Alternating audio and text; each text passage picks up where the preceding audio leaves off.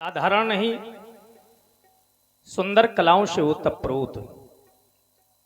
इतना ही नहीं, शीलता, शिष्टता एवं सहिष्णुता का सुखद प्रदर्शन करने वाली सुखदाऊ, आज तुमने अपने इस कोकिल कंठ के द्वारा इस राष्ट्र समाज के माध्यम से गीत की प्रस्तुति की है। तुम्हारा कहना है कि अगर हमारे राष्ट्र पर कोई भी समस्या आ जाए तो संपूर्ण प्रयास करेंगे समस्या के निवारण के लिए, लेकिन अगर समस्या का निवारण नहीं हो पाया तो सहजता में अपनी जान को न्यौछावर कर देंगे। यह विशेष बात है, या यूं कह दूं कि तुम्हारी राष्ट्र के प्रति सच्ची निष्ठा है एवं सच्ची भावना है। हम तो प्रायः कहा करते हैं कि यह तुम्हारा ही नहीं, यह प्रत्येक एक व्यक्ति का दायित्व है, अपने राष्ट्र के प्रति सच्ची निष्ठा एवं सच्ची भावना होनी चाहिए। अगर राष्ट्र हमारा परतंत्र हो गया, हमारे हाथों पर हथकड़ियां पड़ी होंगी, पैरों पर बेड़ियां पड़ी होंगी और हम पड़े होंगे किसी कारागार में। अगर आज तुम्हारा कहना है तो क्या हम तुम्हारी प्रशंसा की प्रशस्ति में कुछ न कह सके? अरे कहना पड़ेगा, चूंकि राजा और प्रजा आज से नहीं, युग युगांतर से, जन्म जन्मांतर से, कल्प कल्पांतर से एक दूसरे के पूरक रहे हैं और रहेंगे। अगर आज ये तुम्हारा कहना है तो हम भी कहना चाहते हैं व्यास जी इनके लिए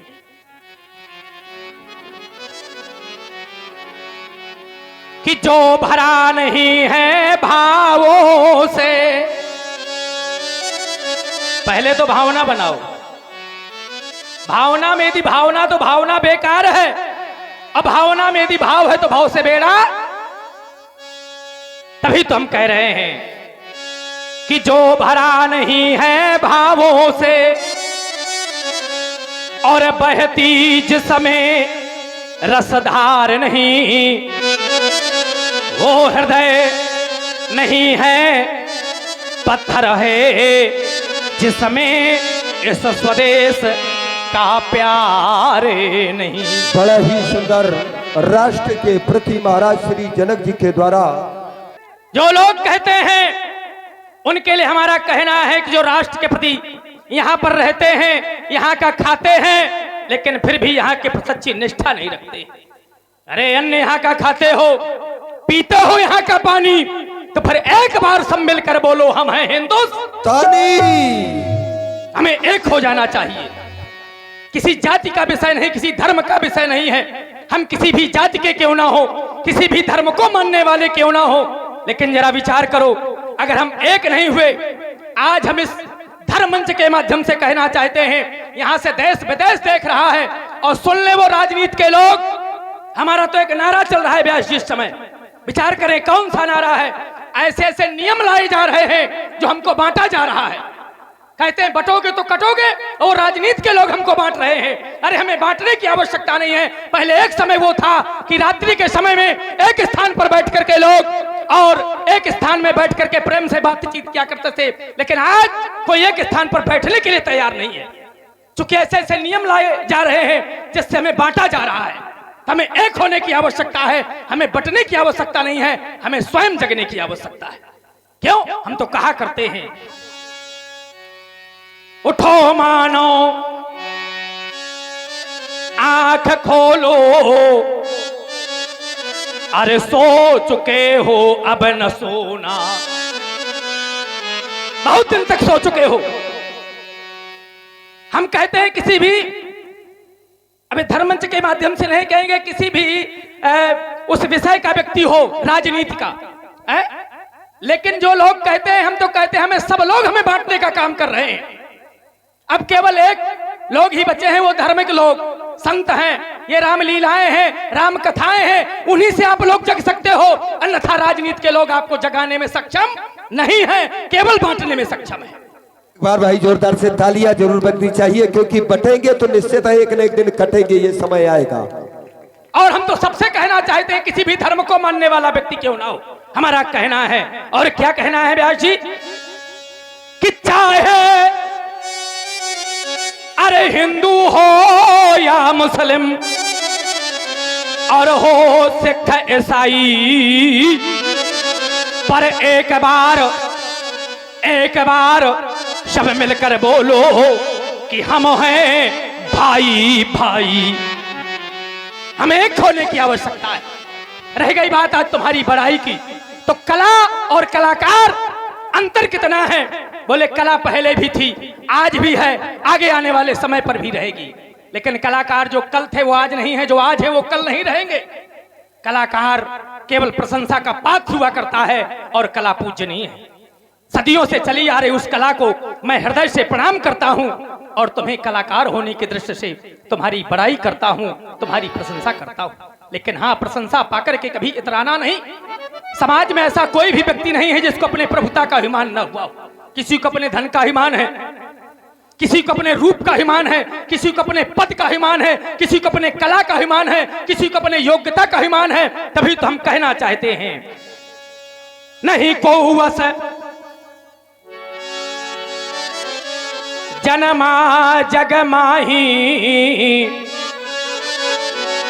अप्रभुता पाई जाहि मद नाही। तो प्रभुता का मद ना ने पावे, यही संकेत है। जाओ, तुम्हें समाज में मान सम्मान और कीर्ति मिले, विश्राम करो, विश्राम करो, विश्राम करो। आए हुए सभी गुणज्ञ विज्ञ धर्मज्ञ धर्मानुरागियों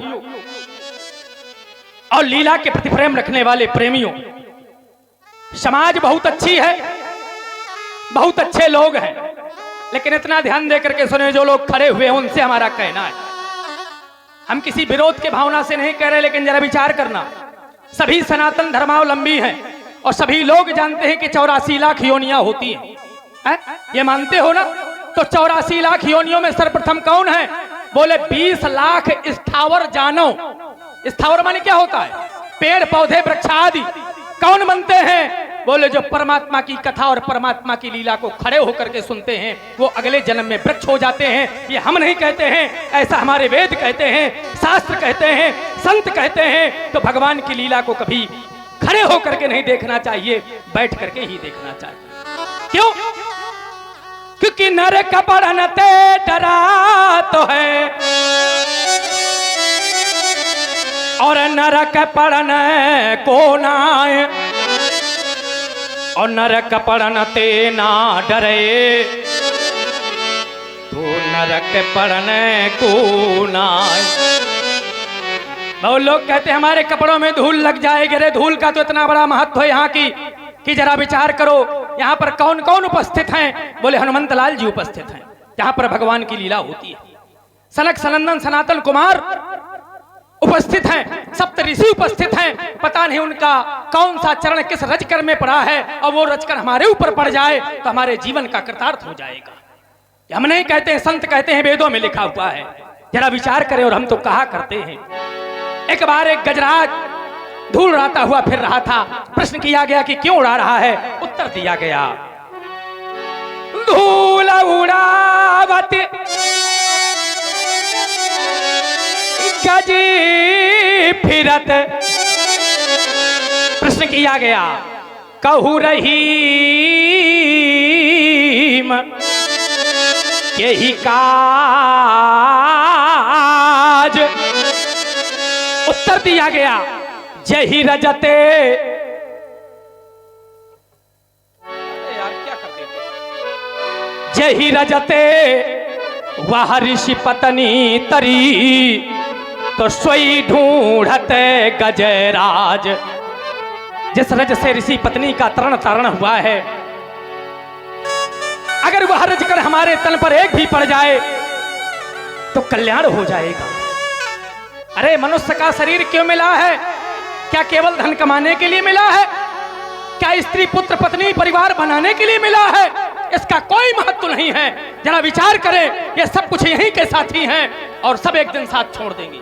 ये शरीर को जो मल मल करके धोया जाता है, ये भी एक दिन छूट जाएगा। तो भैया हमें केवल प्रेम उससे करना है जो शाश्वत है, सनातन है, आज भी है, कल भी रहेगा, कल भी था। उससे हमें प्रेम करना चाहिए। अब वो कौन है? हमारे पूर्वज निमि जी महाराज और नव योगेश्वरों से जिस समय प्रश्न करते हैं कि महाराज ये मनुष्य शरीर पाने का उद्देश्य क्या है? नवयोगेश्वर कौन है? ऋषभ देव जी महाराज, नाभ जी के पुत्र ऋषभ देव जी महाराज। ऋषभ देव जी महाराज के 100 पुत्र, 100 पुत्रों में प्रथम पुत्र जड़ भरत जी महाराज, जिनके नाम से भारत भूमि का नाम पड़ा अजनाब खंड।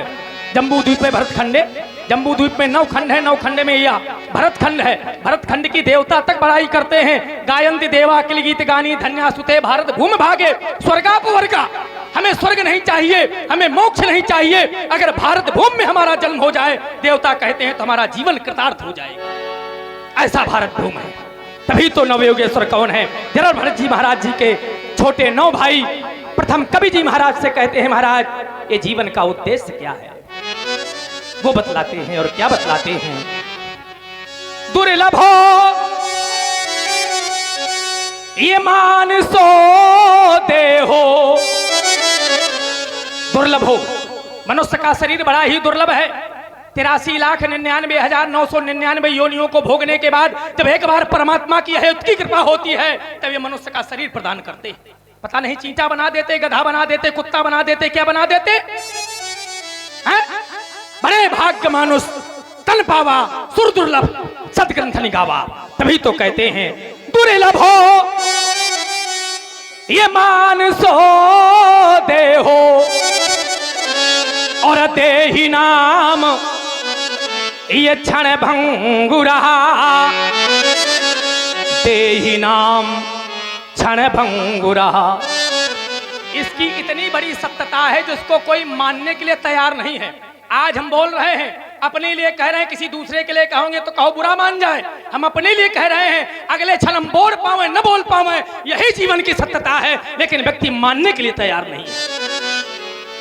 केवल संसार में अगर कुछ सत्य है तो केवल मृत्यु सत्य है, और एक दिन आएगी, आकर के रहेगी, यह नितांत आवश्यक है। तभी तो हम कहते हैं कि क्षण भंगुर ये जीवन ई कलिका। भैया कोई ठिकाना नहीं है, हम कल बोल पावे न बोल पावे। और देखिए, कल बोल पावे या ना बोल पावे यही सत्य है। लेकिन विचार करें कि क्षण भंगुर ये जीवन की कलिका। कल प्रात को जाने ये खिली न खिली, और मलया गिर की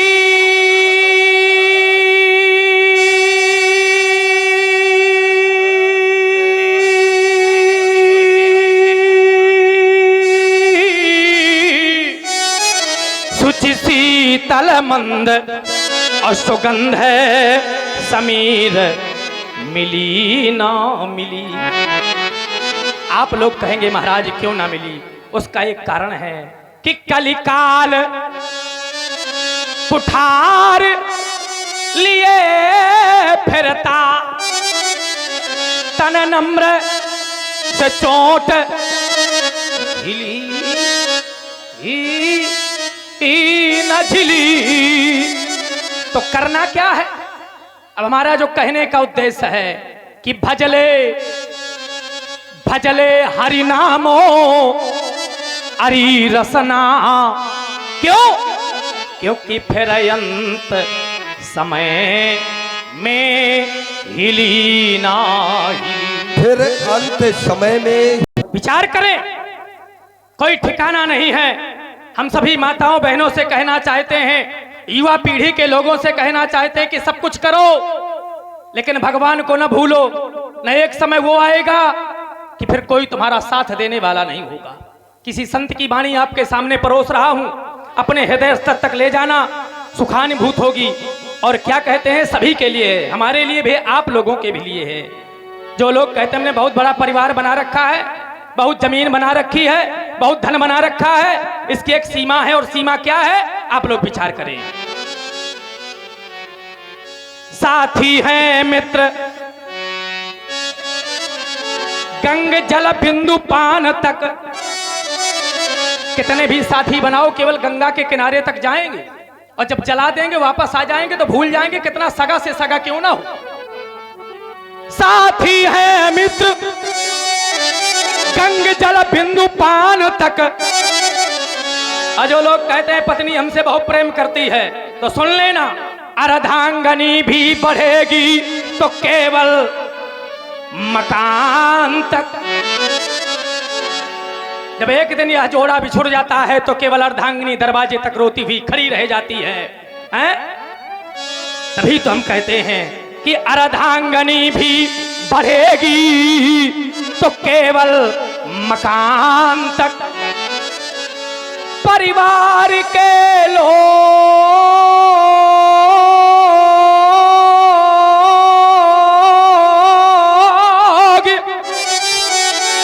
चलेंगे इस स्मशान तक।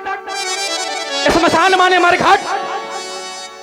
और जो कहते हैं हमारा बेटा बहुत हमको प्रिय है, तब बेटा भी हक निभाएगा तो अग्नि दान तक।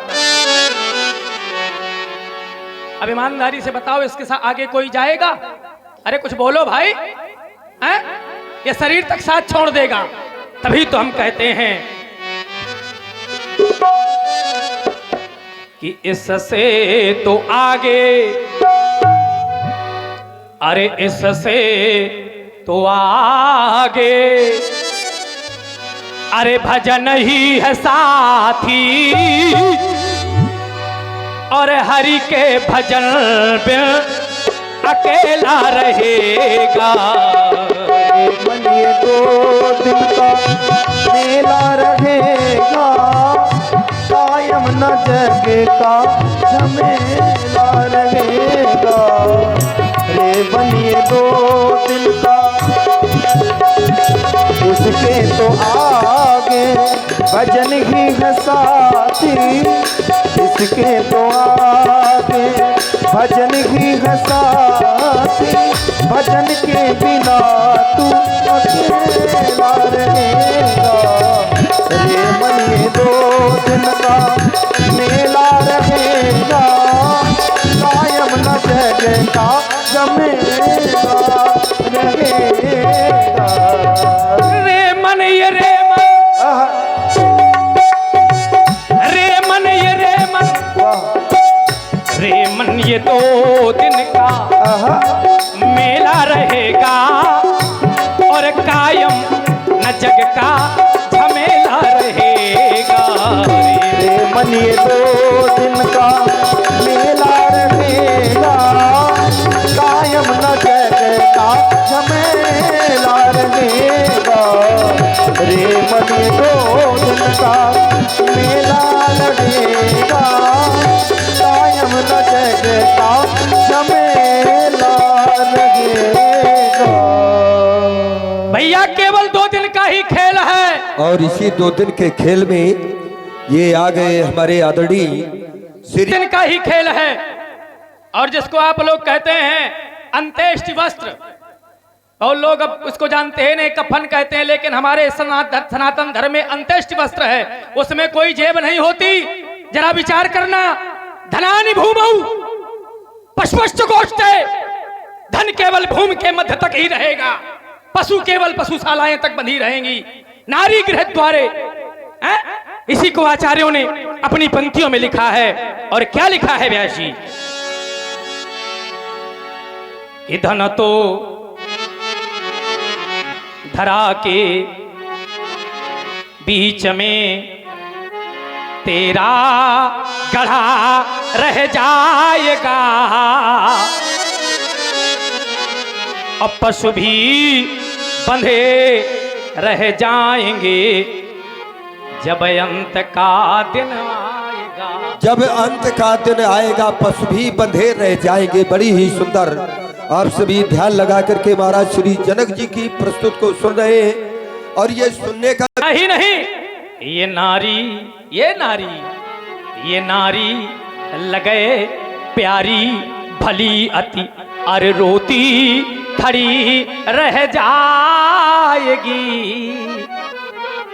और जिस देह पर तू अभिमान करता वो धूल में मिल जाएगी। भैया हम कहते हैं कभी अभिमान न करो।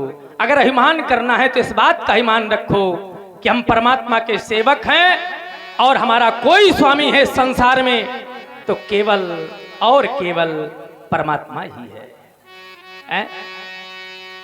जैसे दो चीजें प्रमुख हैं। जब व्यक्ति धराधाम पर आता है तो पहला स्नान भी दूसरे लोग ही कराते हैं कि क्या लेकर के आए हो, और इस संसार से जब व्यक्ति जाता है धराधाम को छोड़ करके तो अंतिम स्नान भी दूसरे लोग ही कराते हैं कि क्या लेकर के जा रहे हो, क्या लेकर के आया प्राणी, क्या लेकर के जाएगा। मुट्ठी बांधे आया प्राणी हाथ पसारे जाएगा, मुट्ठी बांधे आया है और हाथ पसारे जाएगा। देखिए पलरा से हमारे महाराज श्री जनक जी की उपस्थित हुई है, लेकिन महाराज जी पलरा से ही, लेकिन वो जिला बांधा है, ये जिला अपना हमीरपुर है। हाँ, वहां पर आपका जाना रहता है।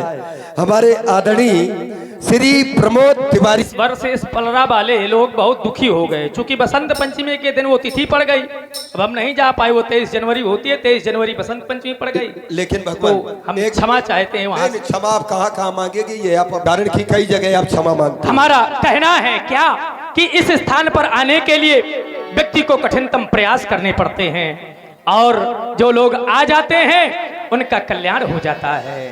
क्यों? आवत आवत यही सर वो अति कठिनाई, पर वो राम कृपा बिनु आय न जाई।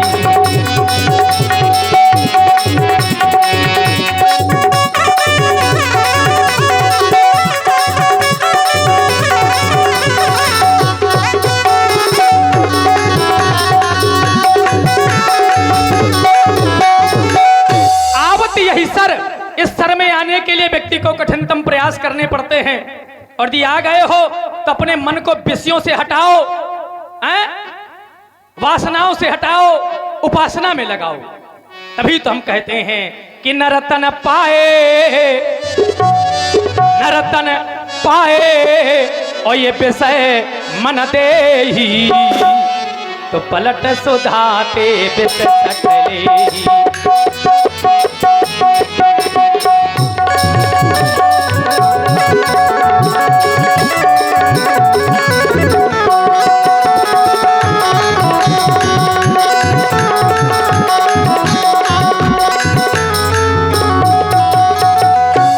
भैया मनुष्य का शरीर पाया है तो आपके सामने दो पात्र रखे हुए हैं, एक में विष भरा हुआ है, एक में अमृत भरा हुआ है। तो हम तो कहते हैं विष का पान न करो, अमृत का पान कर लो, कल्याण हो जाएगा।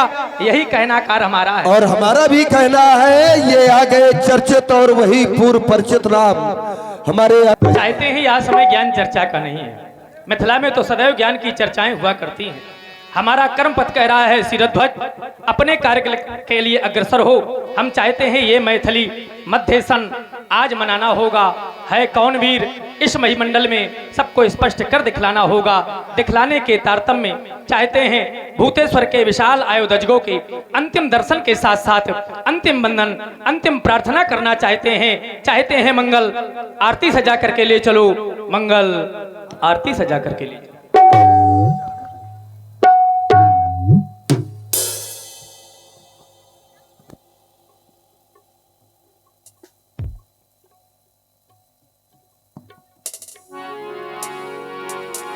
ओम जय जगदा सुख संपत्ति घरि आवे, सुख संपत्ति घरि आवे, कष्ट मिटे तन का।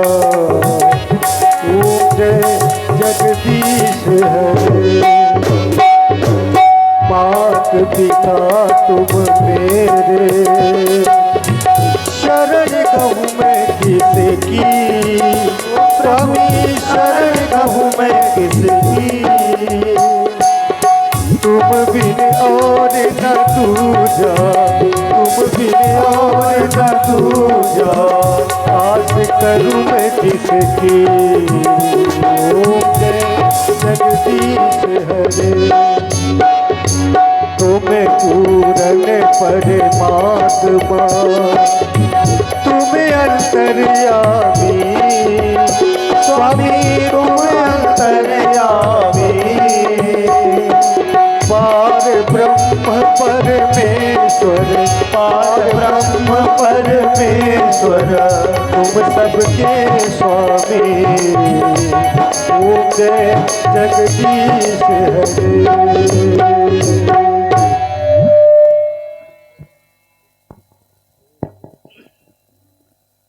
हे तपोनिष्ठ, स्वीकारें हमारी वंदना, स्वीकारें हमारी प्रार्थना। और आज अंतःकरण में कुछ ऐसा प्रतीत हो रहा है कि यह वंदना, यह प्रार्थना करने का शुभ अवसर पुनः प्राप्त नहीं होगा। अर्थात स्वीकारें हमारी अंतिम अभ्यर्थना, लेकिन अंतिम शब्द आ जाने पर हमारे अंतःकरण में क्लेश कि आपकी पूजा करते करते तो हमारे पूर्वज चले गए, आज यह जनक आपके जाने की कामना कर रहा है। विचार आया संसार कितना स्वार्थी है, कितना स्वार्थी है। लेकिन फिर पुनः विचार आया कि संसार में जो भी आया है, चाहे कोई ज्ञानी हो, चाहे कोई विज्ञानी हो, चाहे कोई संत हो, चाहे कोई महात्मा हो, लेकिन एक न एक दिन कराल काल के गाल में उसे अवश्य ही जाना पड़ा है। जो सुख पाता रहा है उसको कभी न कभी दुख का अनुभव अवश्य हुआ है। कहना पड़ गया कि सुख पाता रहा, सुख पाता रहा जो सदा जीवन में, उस अंत समय दुख पाना पड़ा। पछताया नहीं जो कभी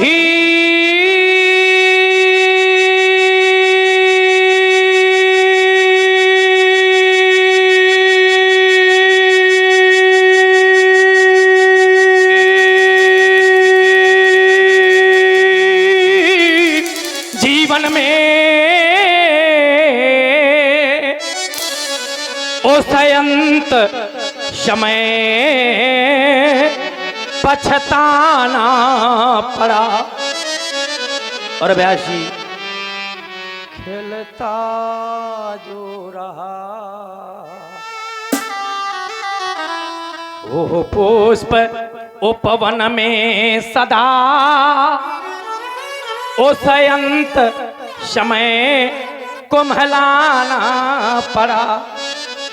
है अकाट विधानों वो विधि का यही कि जिसे आना पड़ा वो सजा पड़ा। आया है सो जाएगा यह राजा रंग फकीर, लेकिन कर्मों का खेल है। कोई चढ़ी सिंहासन गया तो कोई बांधा गया जंजीर। जो भ्रम था सर्वथा नष्ट हो गया। स्वीकारें, स्वीकारें प्रभु, स्वीकारें कि किन्हीं अति पूजा नित्यारती उतारी हाय।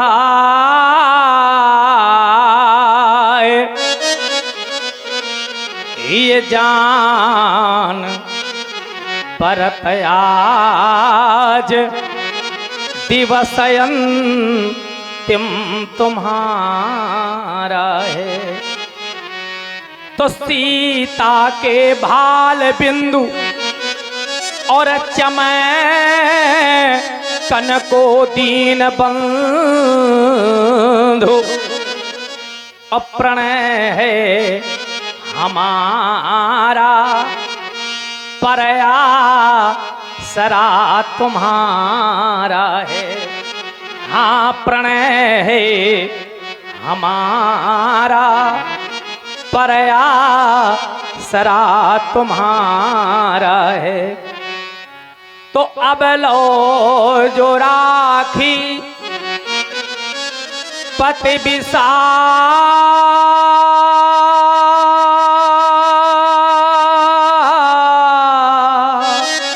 रियो ना पतित का है, और एक बार, हाँ एक बार कहे दो क्या कि विदेह तू हमारा है, हाँ एक बार कहे दो कि विदेह तू हमारा है। आज आप दो खंडों में परिवर्तित हो जाना, मेरे प्रण की रक्षा करना नाथ, अन्यथा मेरा प्रण तो अधूरा रह जाएगा। मेरी बेटी सीता, सीता की मांग सुनी रह जाएगी, उसका सुहाग सुना रह जाएगा। सभा में उपस्थित सभी गुणज्ञ विज्ञ धर्मज्ञ धर्मानुरागियों एक बार प्रेम से बोलो, बोलिए भूत भामन शंकर भगवान की जय हो। लीजिए अब यहाँ से सुंदर युगल सरकारों के द्वारा गुरु आज्ञा का पालन करते हुए सुंदर संध्या